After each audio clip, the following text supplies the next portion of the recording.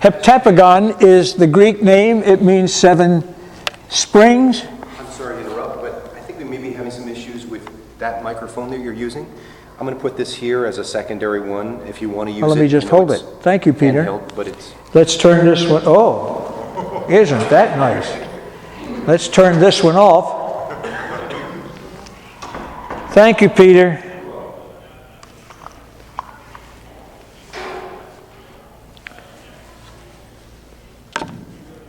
Now try again.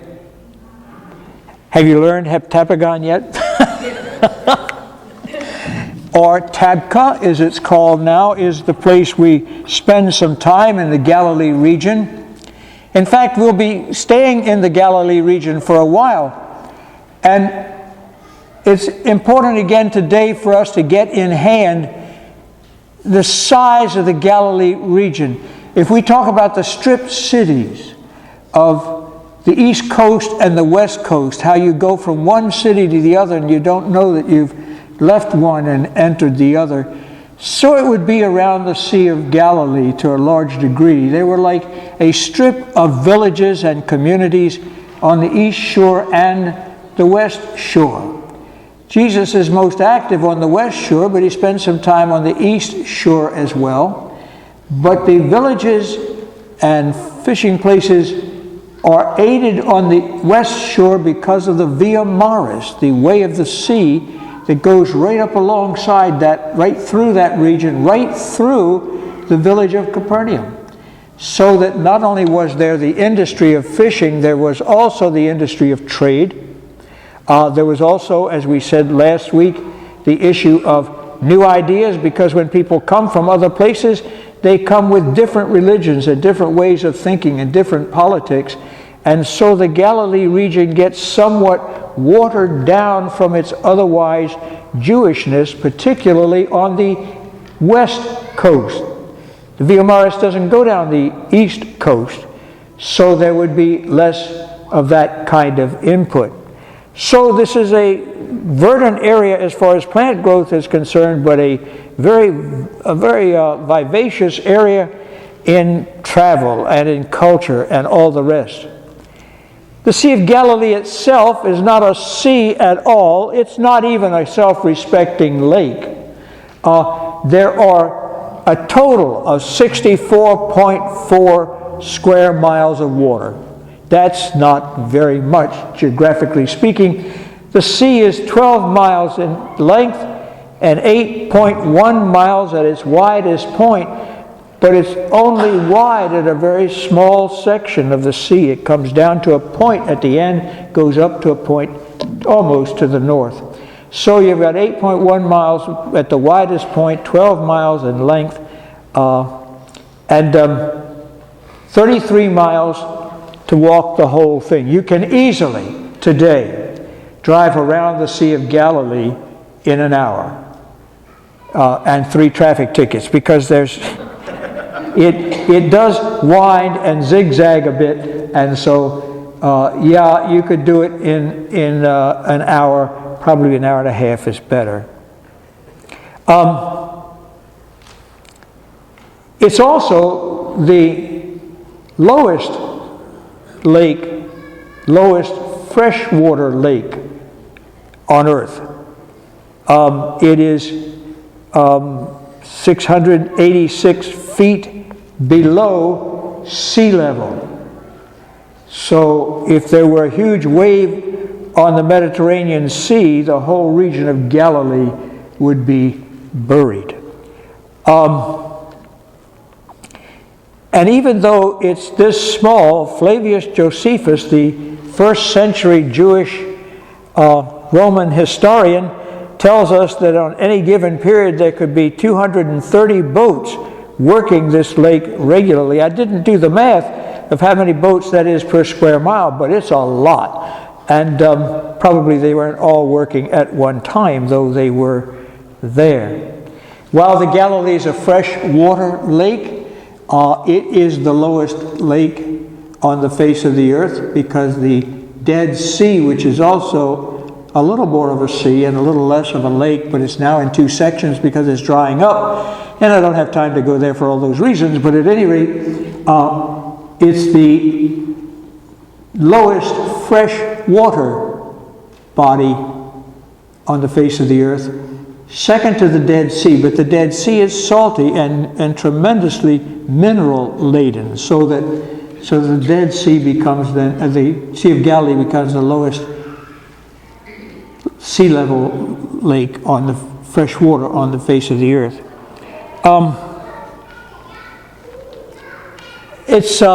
It's fresh water, but there is a considerable amount of, I wasn't stuttering this morning, I'm about that tired already. It has a considerable amount of inflow of salt water as well, but the melting snows from Mount Hermon primarily and some small streams that feed into it, helter-skelter, it still prevails as fresh water, with the salt water being heavier, being at the bottom. But there are saltwater springs in the bottom of the Sea of Galilee, and one of the 7 springs at Tabqa is brackish water. You can't drink it, it can't be used for anything, and it comes out of the ground at 81 degrees Fahrenheit, so it comes out relatively warm in contrast to the melting snows off Mount Hermon. And as a result of that, it creates, curiously, by the flows of the Galilee, 2 pools that kind of swirl and not far offshore, and they are much warmer than the rest of the Galilee waters, and therefore they're great fishing spots. Why would I say that? Why would the fish go to warmer water? They're cold-blooded animals, and they will go. When I get in our fish pond at home, and once in a while, as seldom as I can, but once in a while I have to stand in my fish pond at home, and it's up to about my hips in the center. And we have some large, foot-long and longer koi in that pond, and when I'm standing there, working there on the pump or whatever else, these fish will kind of glue themselves to the side of my leg. They're tame, they know our voices, and while they won't let me hold them, they will go against my leg to get the heat from my body. So that these 2 swirling pools off Capernaum and Tabqa provide remarkable fishing. That's why maybe Jesus knew where the warm water was when he said, throw the net on the other side. Maybe he was saying, you're 10 feet short of the right spot, Peter. But at any rate, they're great fishing spots, and the fish go there. And so then we can have these 2 villages almost next door to each other. Capernaum to the north, a major fishing town with major industry that comes from that fishing. And then right below it, not as much as 2 miles, Tabqa, which was so good at fishing that there was a perpendicular breakwater going out into the Sea of Galilee from the shore, and then down a bit, a curving wall that produced a safe harbor when there were storms on the Galilee. More developed than Capernaum was, though not as big a town. Obviously, prosperous town. So this is the Sea of Galilee. This is the area of Galilee. And the reason I spend all this time is for us to understand how it was that people could follow Jesus. You could see his boat anywhere on the lake, unless he was down the south end and you were at the north end, so that when he got in the boat and went across the sea from here to here, the crowd simply walked around, and depending on how the winds were going, they were there before Jesus was. And we know that in one case. And you need to know the compact nature and why I talk about strip villages, strip settlements around the Galilee, which provide for Jesus the real amphitheater, not just the Sermon on the Mount on a grassy hill, but a real kind of amphitheater for much of Jesus' preaching. The synoptics will have us believe that Jesus only goes to Jerusalem once, and that was a fateful journey. But John would have us believe that he went several times. And the stories of Mary and Martha and Lazarus, or Johannine stories. You don't have friends in a city you never visit. Well, maybe you could today with emails and telephones and the like, but not then. And so John builds a scenario where Jesus goes to Jerusalem at least 3 times, and he has this friendship with Mary and Martha and Lazarus, and they run the Super 8 motel there in Bethany, and there he stays. So, at any rate, the synoptics see Jesus staying virtually for his entire ministry in the general area of the Galilee. And again, the purpose of my taking this time is to talk about how relatively small that area was. No, is. It's still that way now. And so when you get up into the Galilee at about 11 o'clock, if you think of it as a circle, you hit this very prosperous area in New Testament times and also to some degree today. Again, I want to re-emphasize, you hear me talk about the Via Maris. I think every session I've talked about it. That road is an ancient road that goes from Africa all the way up into Asia. Camel caravans, when they started about 400 years before Christ, began to be major traffic. You have toll houses along the way to maintain the highway. There was a toll house apparently in Capernaum. So, at any rate, so that we understand these things, there were many, many villages, like we call strip cities, on the east coast and the west coast of the United States. Any questions about that, just so we understand how compact this area really is? Okay? Then let's move on, and I want to go to 2 places today, both of them technically at Tabqa. The first one is the Church of the Multiplication of the Loaves and Fishes. I found when I was first visiting the Holy Land that I could never figure out why there were 2 churches for the loaves and fishes, because when you see the primacy of Peter, it looks also like a story of loaves and fishes, because they reenacted the story, except it wasn't the multiplication this time. It's after the resurrection, and Jesus meets the resurrected Jesus, meets the fishermen while they're on the water fishing, and he says, "Have you caught anything?" And they said, "Nothing." And he said, "Throw the nets on the other side." And they did, and they caught 153 large fish. And then they realize it's the Messiah, the resurrected Christ, and then another story follows. But I'm getting ahead right now. Let's start with the Church of the Multiplication of the Loaves and the Fishes. This is an interesting thing because normally, you have a picture of it on page 2. You have another picture of the inside nave on page 3.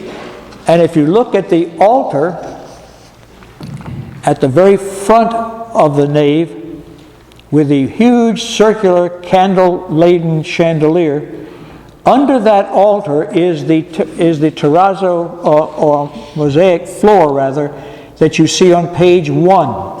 This picture on page 1 with the basket, 2 fish, and how many loaves are there? There's only 4. There's only 4. What's wrong with that? 1 short. It's 1 short of a load. Well, ever since I had my stroke, I've been running 3 quarts short of a load too. But at any rate, there are 4 loaves here. Why? Because the church saw itself as the 5th loaf. The church as the body of Christ. This is my body, this is my blood. The church saw itself as the 5th loaf. So one of those, this is right under the altar. The altar's got 2 side legs on it and a table. And the 5th loaf is on the table. Are we ready? Got that? Now, the artist had never been to the Galilee because these fish, supposedly from the Galilee, have 2 dorsal fins. No fish in the Galilee have 2 dorsal fins. So, yeah, it's close. This is a 6th century. Now, we're talking about the 500s and something. So, therefore, this is a Byzantine mosaic. Now, I would tell you, if you look again on page 3, This is one huge church. That entire floor is mosaic. The whole blessed thing. And they are repairing now with great skill, and they use a slightly different tile pieces for the repaired areas so that you can tell what is actually 6th century and what has been repaired. But they have virtually repaired this entire floor. And this is a massive piece of work, and it dates from the Byzantine period. The church was built rather recently by the Franciscans, by the same architect, I believe, that has done most of the mid-20th century work for the Franciscans. Page 2 shows the front of that church, and it looks not unlike in style Nazareth, not unlike in style Bethany, not unlike in style any that this particular architect did. I think they got a discount rate from him. This sits in the middle of a beautiful courtyard, and I just didn't have room to print that picture. And this garden that you see, this circular kind of garden that you see to the left, is a rather big garden. And at the base of that garden, there's a sizable koi pond, perfectly clear water, big koi fish, not at all rattled about crowds staring at them. And it's beautifully done, there's no question about it. The issue, however, is that when we look at the gospel story of the multiplication of fishes, why did they do it? Does anybody remember, or have you read far enough ahead to find out?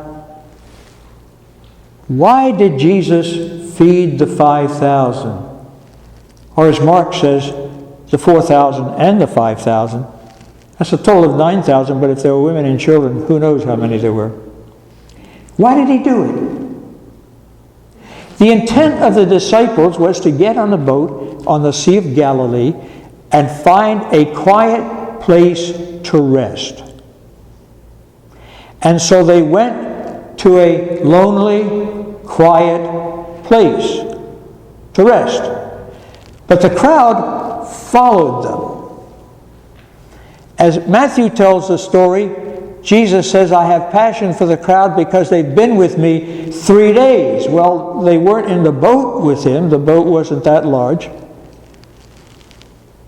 What's happened? They've been following him around the Sea of Galilee for 3 days. And when you get to this quiet, lonely place, they are already there. So Jesus gets out of the boat, goes up the mountain, sizes up the place, and says to the disciples, I've compassion on the crowd because they've been with us for 3 days. And there's nothing to eat. Elsewhere, the other Gospels tell the story by saying the disciples say to Jesus, send the crowd away. Because they were looking for a quiet place. They thought they had found one. Send the crowd away because this is a lonely spot. This is a remote place. They went to this place intentionally. But at Tabgha, this is not a lonely place. This is less than a mile and a half, 2 miles at the most from Capernaum, a bustling commercial center with the Via Maris running right through it. There is nothing lonely or distant or remote about Tabgha. So biblical scholars are saying this may have happened, probably happened, not on the west bank, sounds like politics, not on the west bank of the Galilee, but on the east bank of the Galilee, where there's a little less intense colonization and no Via Maris. So, you know, from the Bible saying it's a lonely, remote place, they could no way have called Tabgha, 7 Springs, a remote place in the 1st century. Are you with me so far here? So that scholars are saying the early 1st century Christians may have had the wrong space. However, and it's John, of course, that says they departed and went to the other side. Now, they were on the west side already. If they departed and went to the other side, they would go to the east side. But John's the only one that gives us that much detail, and John's written almost 100 years later, so maybe John had it wrong. I have no idea. Generally speaking, archaeologically speaking, the best place to start looking for holy sites is where the early Christians spotted them. They were close to the event. They had hearsay, they had knowledge, they had understanding that we don't have now. So you have on the one side ancient tradition. We've been talking about Egeria over and over and over again, the pilgrim nun that visited in the 4th century. Well, guess what? She was here as well. And this was already a developed site by the time she arrived in the middle 4th, well, 381, late 4th century. And there is a chapel now there at that point. That chapel was destroyed, and in the 500s, the 5th century, 6th century, this large church was built and has now been, as best as it can be done, get this, by the Benedictines, not the Franciscans. That's something the Franciscans didn't get. And they have tried to recreate the style of this basilica. The roof is particularly authentic in its design. One can only guess for the rest, and it's built over the foundations and the mosaic floor that we're talking about. So they're probably pretty close to being right about the building. There will be an ongoing debate about whether the location is as precise as it ought to be. Let me stop for a minute and see if there are questions. So about the feeding of the population, Jesus had compassion on them. And there was nothing to eat because they were in the East Bank. That's the concept? It would have been true either place if they were in a lonely place. That's predicated, and all the Gospels say this is a lonely, remote place. That's all 4 of the Gospels. But on the west side, it could have been going for a mile. One would have thought there'd been a 7-Eleven by the time you got to Capernaum, yeah. So as a result of that, the purpose of the feeding was, I have compassion on the crowd, says Jesus. And while each of the Gospels tells it with a slightly different spin, nonetheless, some are saying, maybe this is not right. But we accept it as right because early Christians did, and it's been so accepted since.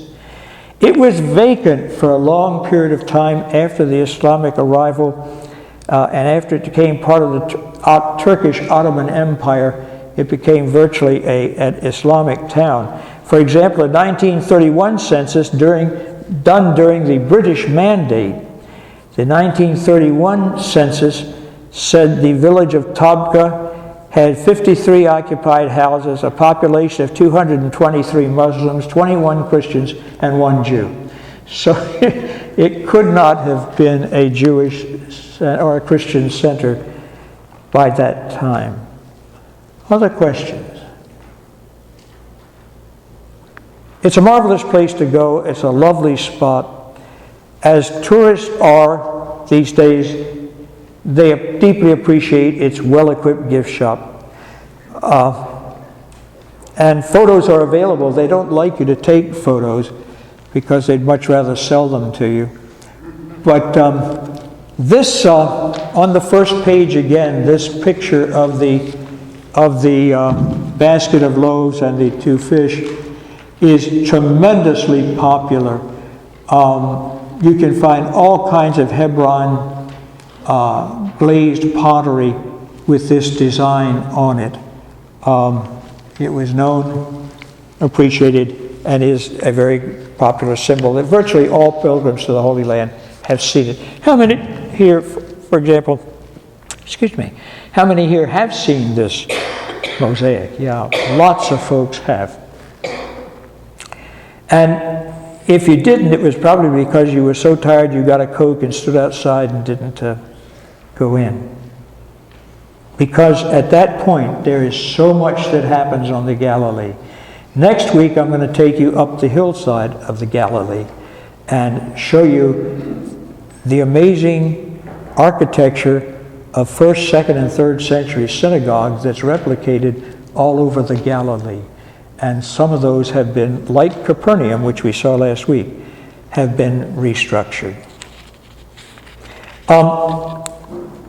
If there are no questions,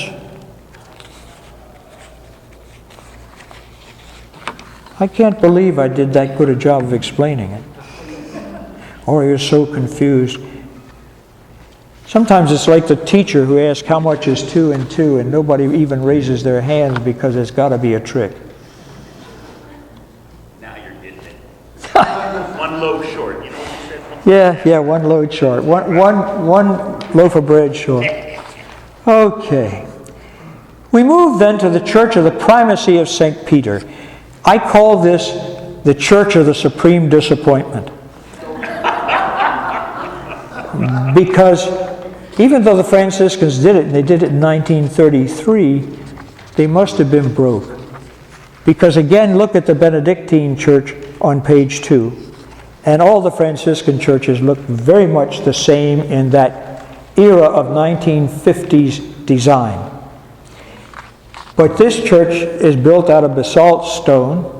You can't see from the picture very well, but the stones are tooled, and they're all pretty well identical.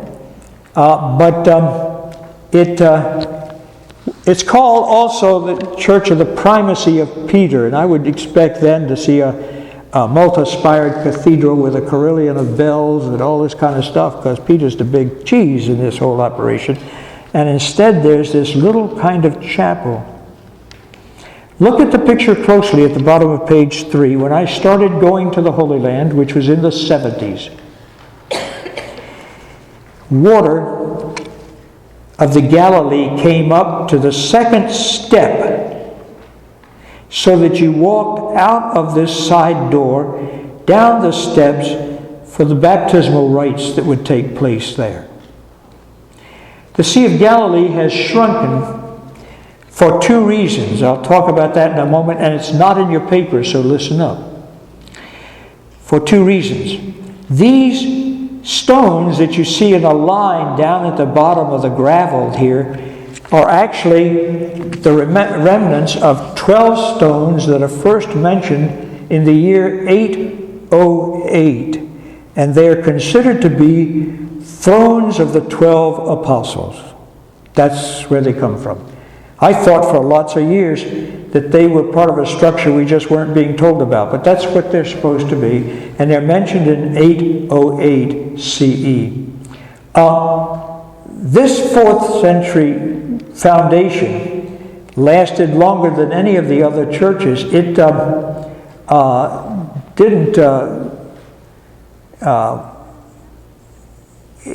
it wasn't destroyed until the 16th century.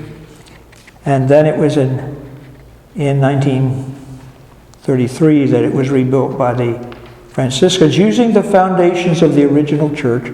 The original church was built on this outcropping of rock. Again, a picture of the back of the church, which was in this spot in 2 revisions of this document. And finally it lost out to this picture, because I could show you the rocks, I could show you the steps where the water used to be and is not now.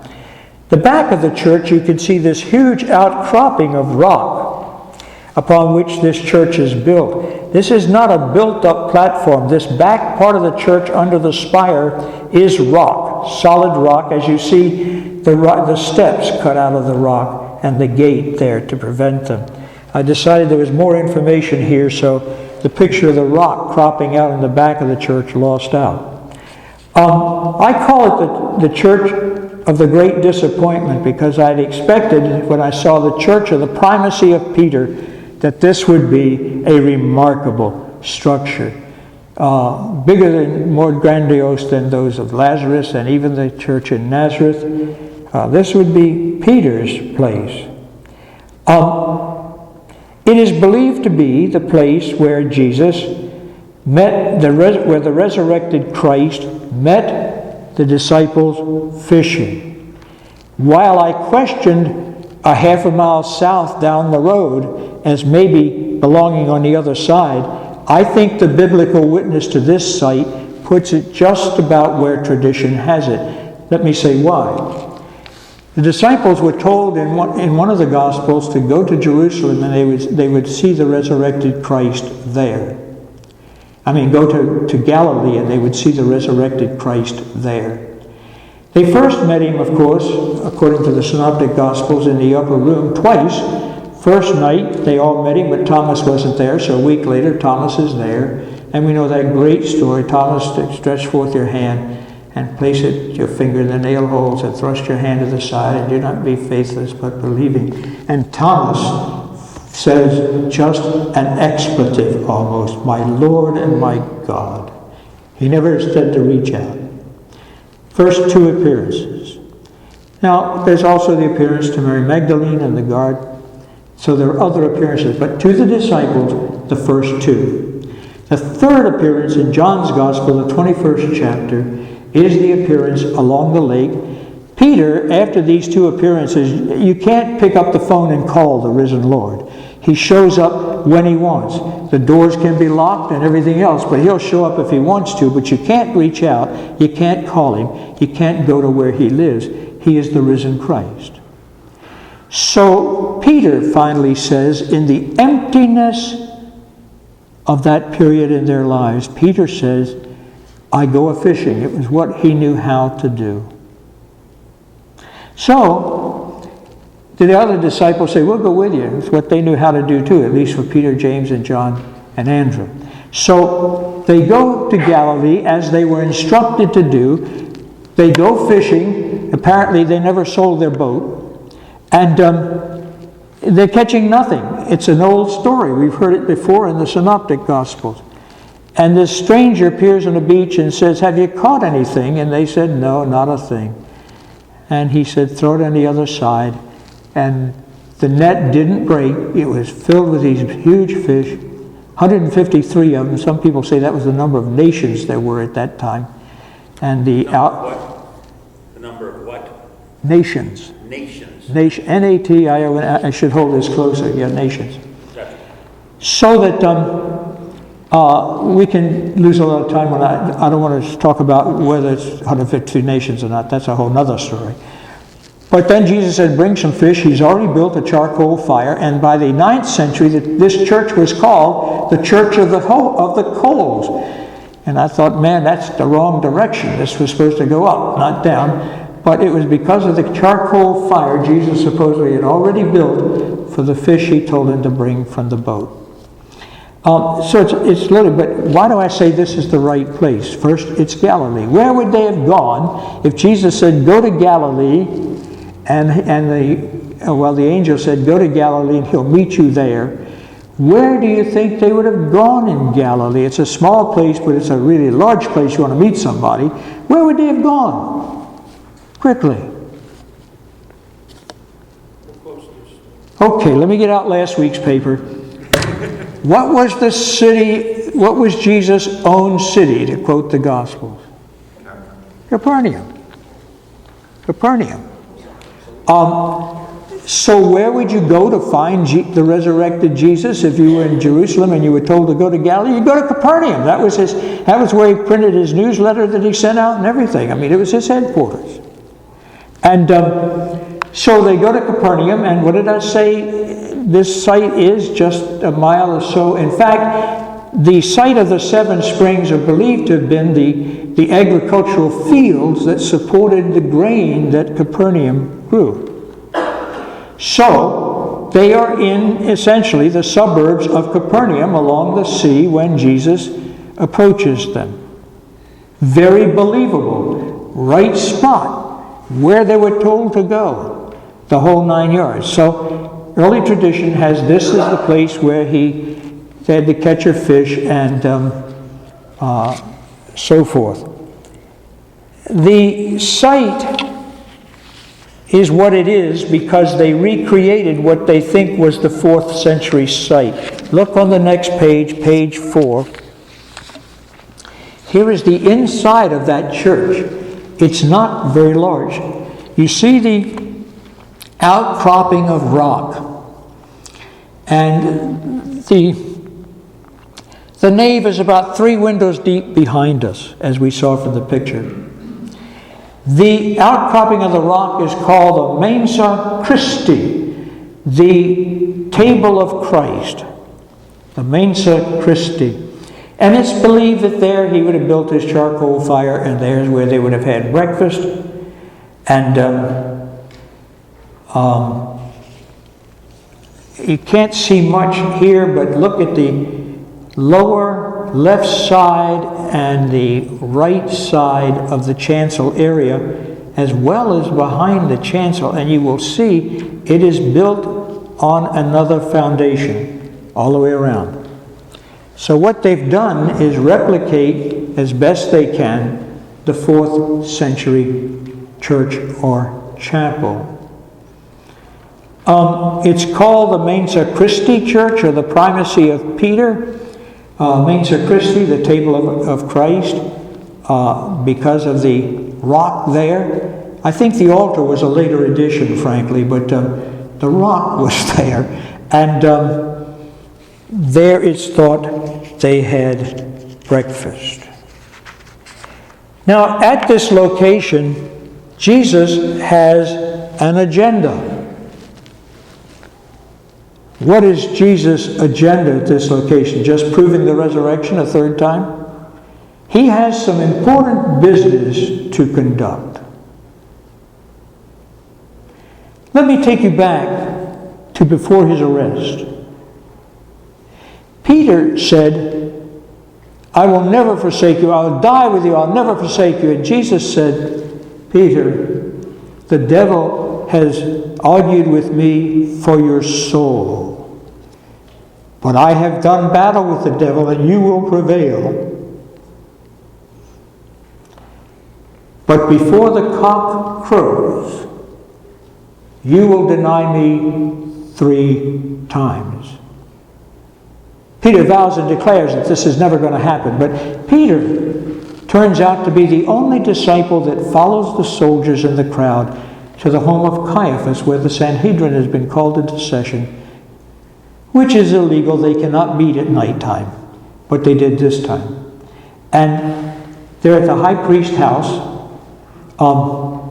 I particularly got amused by that because we were reading a Passion story one time. My associate pastor, who was not great with pronouncing names, got to the name of Ananias and pronounced it Anus. Some of us could hardly control our laughter. They go to the high priest, Caiaphas, father-in-law is Ananias, and Jesus is tried there. Peter's standing outside in the courtyard, and they're warming themselves. The servants of the high priest and some of the soldiers are warming themselves around the fire. And one of the servants says to Peter, you're one of his men. And Peter said, I'm not. And another one said, yes, you are. You're a Galilean, and you're one of his. And Peter said, I'm not. And a third one said, I know that you are. I've seen you. And then Peter cursed and swore and denied that he ever knew Jesus. Now Jesus has been crucified and raised from the dead. You forgot the last part. Okay. I didn't know I had you with that skill. And the cock crows, and Peter goes out and weeps bitterly. He does not see Jesus again. He is not at the cross. Mary and the women are there, and the mother of our Lord, and John. But Peter is not there. So when Peter swims in, when he realizes who it is, he said, depart from me, Lord, for I'm a sinful man. And Jesus apparently says, though John doesn't give us all the dialogue, don't worry about that, let's eat the fish. But then he turns to Peter, and he says, Peter, do you love me? And Peter said, you know I love you. He says, feed my sheep. Again he asked Peter, Peter, do you really love me? And Peter says, you know everything, Lord. You know I love you. And he says, tend my sheep. And then he asks a third time, and Peter is distraught, because how can you say any more than he said, and how can you undo that god-awful scene around that fire at Caiaphas' house? And Peter breaks down. We don't get the whole story, just pieces of it. Peter breaks down. And Peter said, "Why are you asking me a third time? You know I love you." Some ancient manuscripts actually play an interplay of Greek words, but that doesn't hold up in the oldest manuscripts. Some of them say that Jesus said, "Do you love me?" Agapon, a Greek word which means love as God loves us, without cause, without purpose. It's just God's nature to love. And Peter says, "You know I love you, phileo. I love you like a brother." And Jesus said, "That's not what I ask you. Do you love me agapon, as God loves you, Peter?" And Peter said, "You know I love you, phileo, like a friend." And then the third time, Jesus said, "Do you even love me, phileo?" Now that's a great story. It's not a bad preaching illustration, but it's not faithful to our oldest texts. Nonetheless, if you're disappointed by the church, by the building, its black basalt, its crude simplicity, the expectation of maybe the primacy of Peter would really be a winged piece of architecture, that's one thing. But what happened here? More important than the fish, more important than the resurrection appearance per se, is the fact that that terrible night of Thursday night is undone. Peter is still Peter. Peter is still in charge of the flock. And Peter has heard from his Lord grace. Now if you look at the bottom picture there at this site, just across the pathway from this primacy of Peter church, is this statue captioned, "Peter, do you love me?" I find this one of the most moving places to find a stone somewhere and just sit.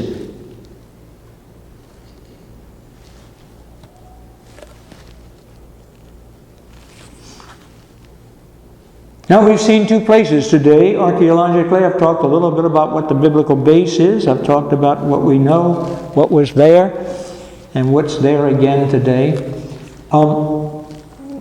Christian architecture went through several very difficult periods. Of course, you couldn't build anything until Constantine's Edict of Toleration, 312-313. It was illegal to be a Christian. Fastest way to be fed to the lions would be to build a church. But in 313, Emperor Constantine I, he issued in 312 the Edict of Toleration, and in 313 the Edict of Approval of Christianity. Two very important actions. The middle of those actions were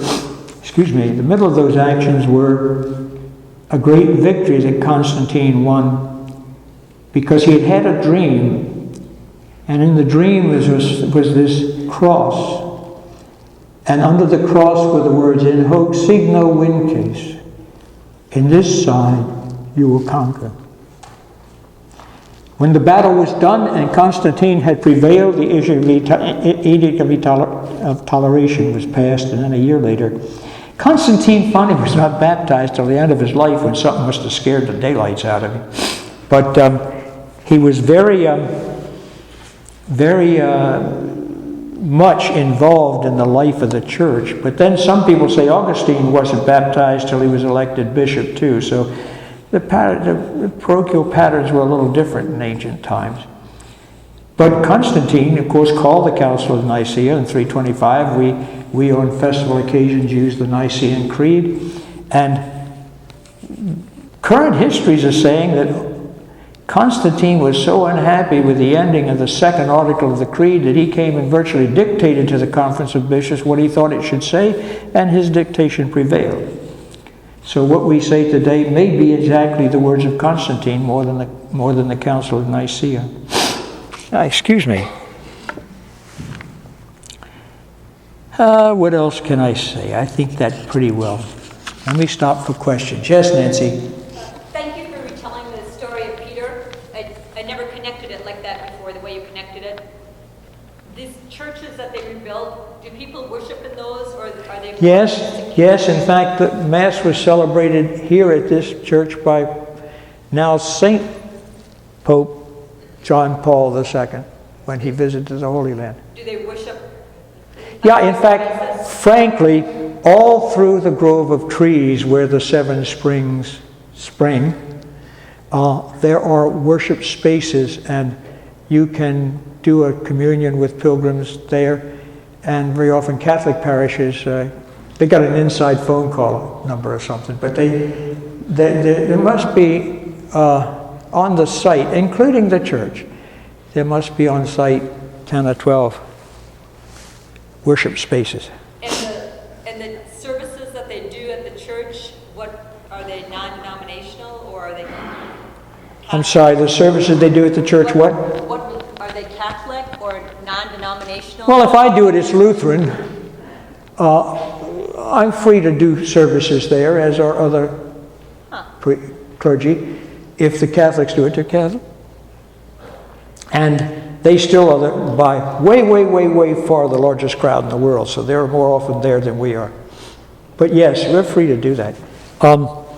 When I go to the Shepherd's Field, when I arrive, I've got either a cave worship experience or a worship experience under a pavilion kind of thing, and there are altar cloths and chalices and wine and everything waiting for me to arrive. Yeah.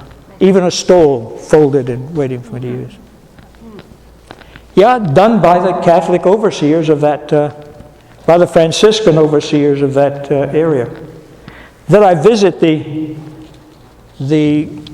Franciscan curial, custodian, who has charge of all the holy sites that somebody else doesn't own. And that's rare that anybody, the Benedictines are quite unique. I visit him every year in Jerusalem with a group that brings him about, I think, $50,000 a year. So maybe I've got an in-line too, but I don't know that I have. Other questions? Thank you all. You've been very faithful, and I'm looking for 10 minutes to sit down before I have to go to church again. Thank you all very much. It's so good to have you here.